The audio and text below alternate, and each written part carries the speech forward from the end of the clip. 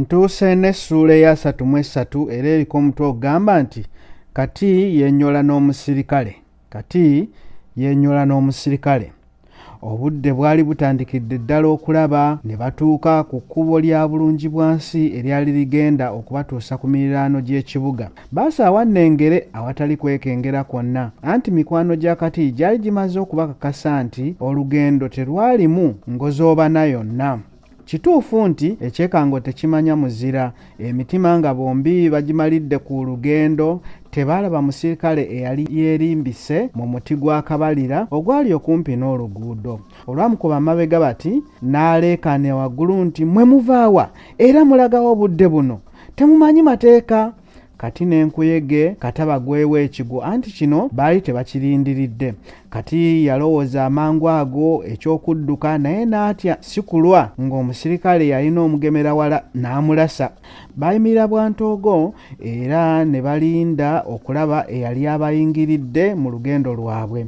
Omusirikale yaddamu n'abwatuka ng'eggulu nti muli bakasiru oba bakiggala, lwaki temunziramu? Okwogera bino omugoba nte ku nkuyege kwe gwaggukira atalantuse eyo gye yasanga olusambaggere.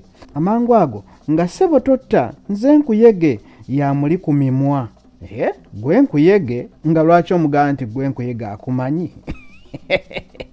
Omusirikale yalagira Kati okufukamira era yamulagira okuggyamu ebintu byonna ebyamuli mu nsawo abisse wansi, era yakyukira nkuyege naye n'amugamba kye kimu.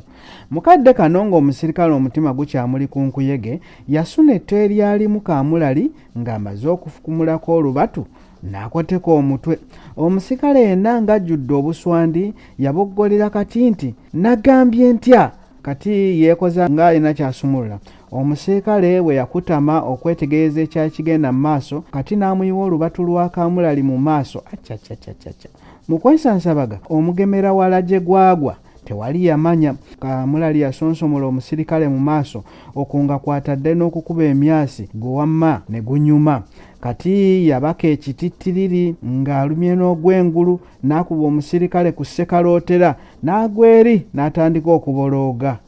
Bannange, olw'okutya nti omusirikale yandidde engulu amangu oba banne okumusanga ng'abolooga, yamuwalula n'amussa mu nsiko nga bamaze okumusiba emikono n'amagulu, gattako n'okusiba ekiwero ku mimwa gye aleme kukuba nduulu. Ako kange nze nkongeddemu. Yagenda n'alaba nkuyege yali yeefunyizzaamu oluvannyuma lw'olusambaggere omusirikale lwe yali amusambye mu ndira. Kati yagamba nkuyege batambule mangu nga tewannabaawo abalaba. Nkuyege yasituka ne bassaako kakola tondeka nnyuma era okussa ekikkowe nga bamazeeko emitala ebiri. Badduka nga beekengera nga bwe batunula mu buli muti ne mu busaka. Newankubadde obudde bwali bumaze okutangaala olw'okuba ekkubo lyalimu amakoona mangi nga si kyangu kumanya kiri mu maaso. Baba bali kumpi okutuuka ku limu mu makoona agali mu kkubo ne bawulira amaloboozi. Tebaalonzalonza ne beekuba ensiko. Ekyomukisa ku luno baali bantu ba bulijjo nga babagalidde entwala z'ebibala bye baali batwala okutunda mu kibuga. Olwabakuba amabega nga bavaayo nga beegatta ku bantu abaali batandise okweyuna ekibuga. Abamu baali ku maanyi ga kifuba n'abandi nga basindika bigaali. Enjuba egenda okuviirayo ddala nga bali ku mwasanjala abatuusa mu kibuga. Kati n'enkuyege ebigambo bye baayogera okuva omutemu lwe yakojoba ku Kati okutuuka we baali ng'obibalira ku mukono gumu. Nkuyege yali akyuse nga takyasalikako musale. Kati yakandanga kweyogeza nga munne tamuddamu, naye kwe kusirika.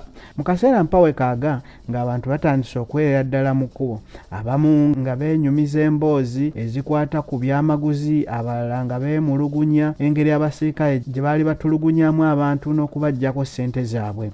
Kirabika nga mu bbanga lino abasirikale baali banyaga buli kintu era nga beerabidde nti omulimu gwabwe gwali gwa kukuuma bantu mu kifo ky'okubanyagulula.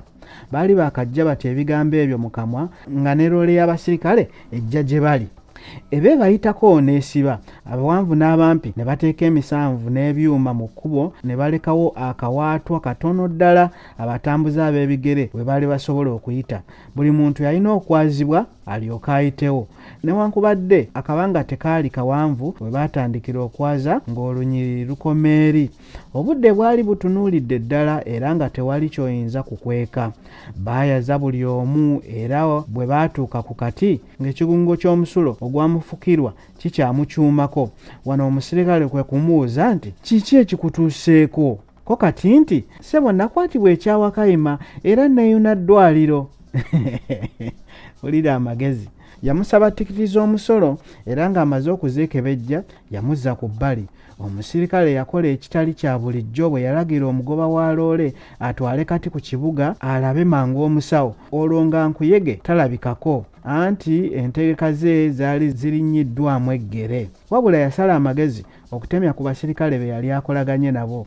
Baasalawo obutamukwatira mu kibuga wabula eyo mu makubo ng'akutte ekkubo eryali ligenda okumutuusa ku kizinga. Loole olwatuuka mu kibuga nga kati abuukako ng'afuna kafo w'anaalindira banne n'enkuyege amulagirire engeri gye yali agenda okutuuka ku mwalo awaali amaato. Ng'enjuba evuddeyo n'akasana kakyawoomera aboosi, banywanyi ba kati we baatandikira okutuuka kinnoomu. Olw'okuba baali tebaagala kuba mu kirindi, buli omu yali yeesudde ku munne.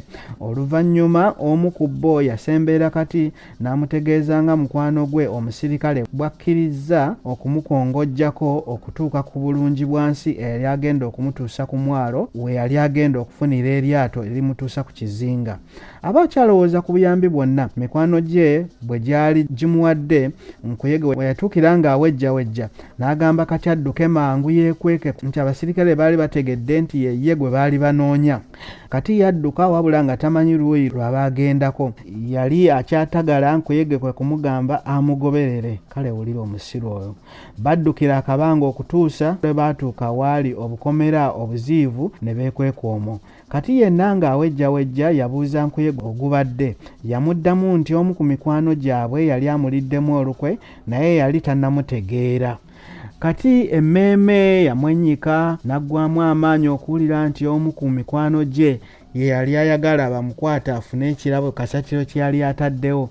Kati yategeeza nkuyege nga mukwano gwe omu bwe yali amufunidde omusirikale okumutwalako okutuuka ku kkubo erituuka ku mwalo. Nkuyege entegeka teyagisiima era n'amutegeeza nga bwe yalina abantu be abaali bagenda okumwerekerako okutuuka ku mwalo, kuba amakubo agagendayo gaali gabuzaabuza ate nga tekyali kirungi okutambula yekka mu kifo gye yali tamanyi. Okwogera bino ng'amaze okulabagana n'abasirikale abaali bagenda okumukwatira mu kabira akaali okumpi n'omwalo. Baasalawo obutamukwatira mu kibuga kuba bandibadde bamutwala butereevu bulyambwa omusango gye yaguddiza. Ekitandirabise bulungi kuba abantu baali batandise okutegeera ekituufu ekyali kiddusizza kati. Nkuyege ne kati baavaayo gye baali beekwese ne basisinkana mikwano gya kati. Nkuyege yabategeeza ng'ebintu byonna bwe byali biwedde okutegekebwa era n'abagamba bamusiibule mangu. Banne bamusiibula era ne bamwagaliza olugendo olulungi. Kati aba ategeka okwambalagana n'olugendo olwali lumutwala gy'atamanyi nga ne munne enva nnungi ategeka wakubuddama. Essuula nayo nenjimalako ate munninde mweddako ng'Omukama akkiriza awangaale nnyo Sekkesa.